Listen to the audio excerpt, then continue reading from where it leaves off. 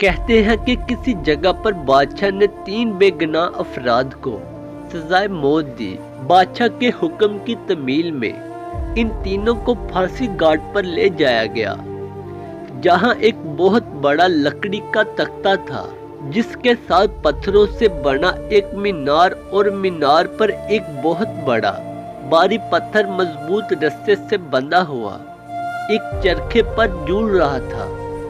رسے کو ایک طرف سے کھینچ کر جب چھوڑا جاتا تھا تو دوسری طرف بندھا ہوا پتھر زور سے نیچے گرتا اور نیچے آنے والے کسی بھی چیز کو کچل کر رکھ دیتا تھا۔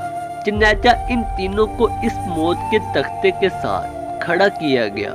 ان میں سے ایک عالم، ایک وکیل اور ایک فلسفی تھا۔ سب سے پہلے عالم کو اس تختے پر عین پتھر گرنے کے مقام پر لٹایا گیا اور اس کی آخری خواہش پوچھی گئی تو عالم کہنے لگا، میرا خدا پر پختہ یقین ہے، وہی موت دے گا اور زندگی بخشے گا، بس اس کے سوا کچھ نہیں کہنا۔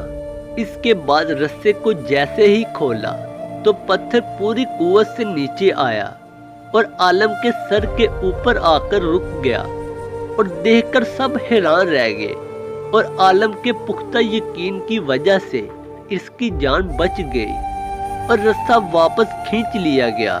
اس کے بعد وکیل کی باری تھی۔ اس کو بھی تختے دار پر لٹا کر جب آخری خواہش پوچھی گئی تو وہ کہنے لگا، میں حق اور سچ کا وکیل ہوں اور جیت ہمیشہ انصاف کی ہوتی ہے، یہاں بھی انصاف ہوگا۔ اس کے بعد رسے کو دوبارہ کھولا گیا، پھر پتھر پوری قوت سے نیچے آیا اور اس بار بھی وکیل کے سر پر پہنچ کر رک گیا۔ پھانسی دینے والے اس انصاف سے حیران رہ گئے اور وکیل کی جان بھی بچ گئی۔ اس کے بعد فلسفی کی باری تھی۔ اسے جب تختے پر لٹا کر آخری خواہش کا پوچھا گیا تو وہ کہنے لگا، عالم کو تو نہ ہی خدا نے بچایا ہے اور نہ ہی وکیل کو اس کے انصاف نے۔ دراصل میں نے غور سے دیکھا ہے کہ رسے پر ایک جگہ کانٹا ہے جو چرخی کے اوپر گھومنے میں رکاوٹ کی وجہ بنتی ہے، جس سے رسہ پورا کھلتا نہیں اور پتھر پورا نیچے نہیں گرتا۔